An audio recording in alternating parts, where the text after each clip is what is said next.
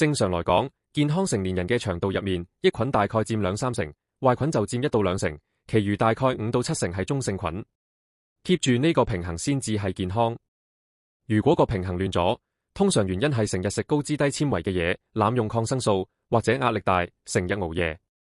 先講壞菌太多嘅症狀，肚會唔舒服，成日放屁，仲要係臭雞蛋或腐爛嘅臭味。下腹可能會絞痛，成日想去廁所但又屙唔清。排便嘅習慣都會變，可能慢性肚屙，一日去好幾次水狀便，仲要有黏液，聞落特別臭，又或者屙同便秘輪住嚟，大便可能會浮起。全身性嘅問題包括反覆尿道炎、陰道炎、自體免疫疾病風險高咗，個人成日好攰，難集中精神，仲會有嚴重口臭、酒糟鼻或者濕疹。要特別留意，如果發燒超過38.5度，屙血，冇辦法飲水搞到脫水，或者個肚劇痛，就要即刻睇醫生，可能係細菌感染。至於益菌太多，健康嘅人係極少發生嘅，通常只會喺短期內大量食益生菌，例如每日食超過1000億 CFU， 或者免疫力極差嘅人身上先會出現。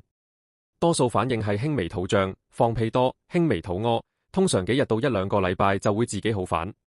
但極少數嚴重嘅情況，例如免疫力好差嘅人，可能會引起啲乳酸中毒、短暫意識模糊、手腳唔協調，甚至菌血症。不過呢啲好罕見。